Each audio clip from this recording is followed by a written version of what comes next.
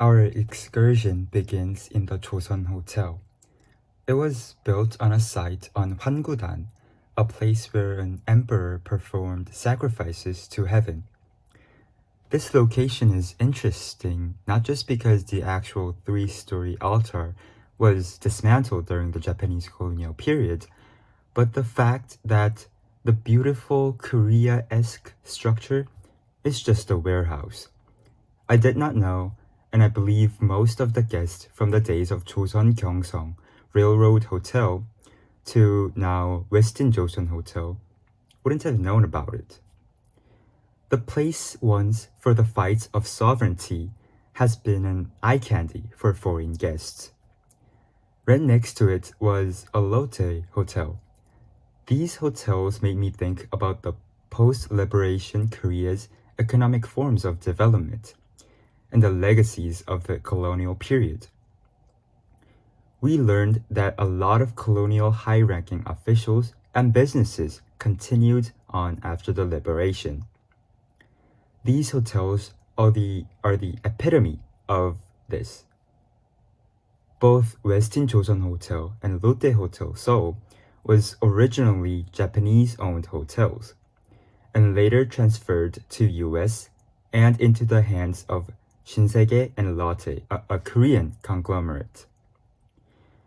In fact, it was President Park Chung-hee who summoned the chairman of Lotte Group to take over the Pando Hotel.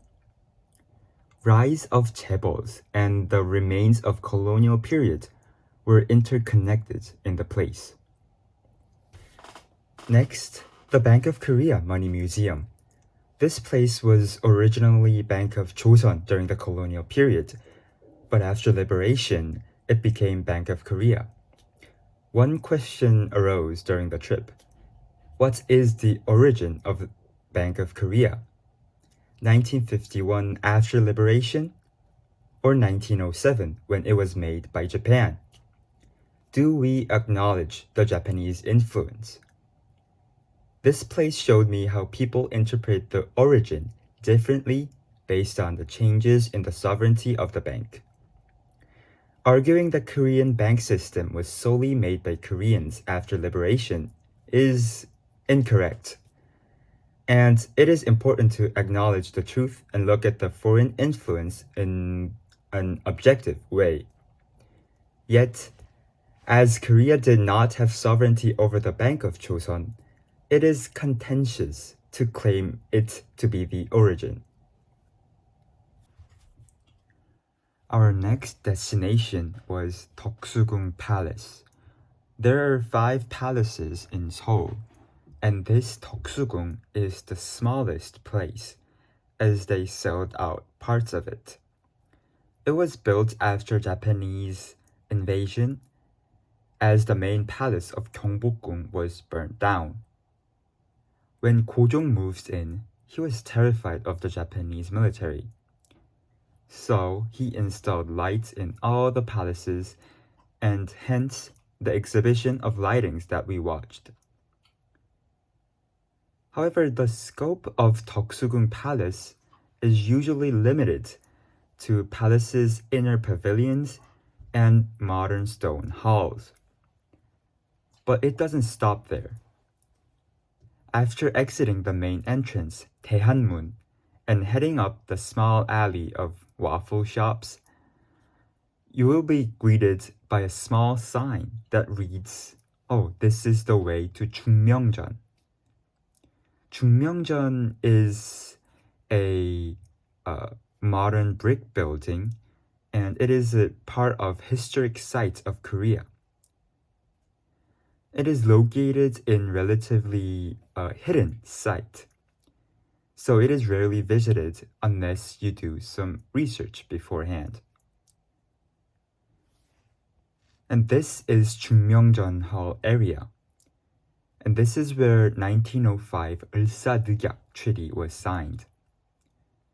This treaty actually marks the first step in the annexation of the Korea Empire to Japan.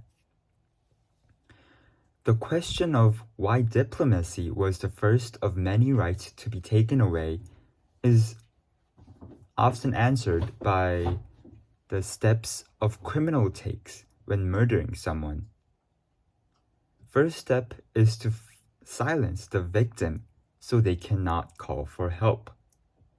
This silencing of the victim's mouth is symbolic of the right to diplomacy.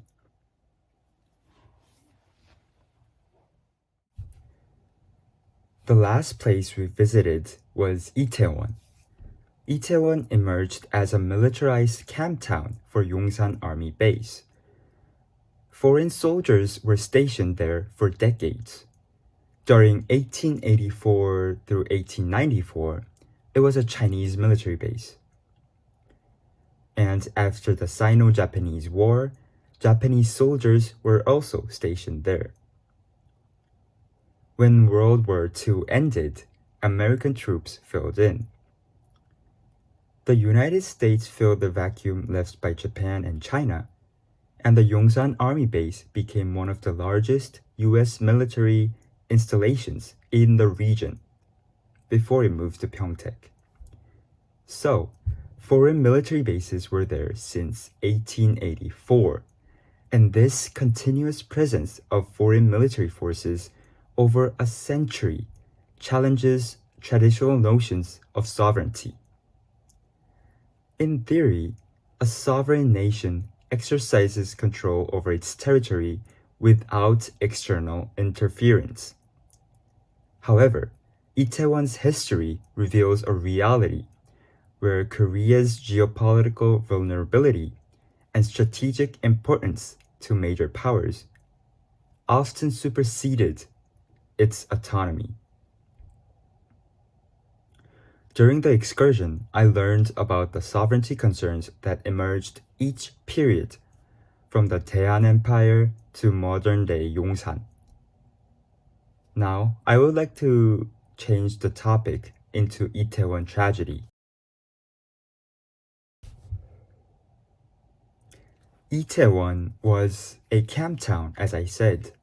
The area was associated with behaviors and industries viewed as immoral or undesirable in Korean society, such as sex work, drug trade, and other deregulated activities. Older generations viewed Itaewon as a spatial container of dangerous, harmful, mysterious presences. Good Koreans weren't supposed to go there, and it was often a place for marginalized groups.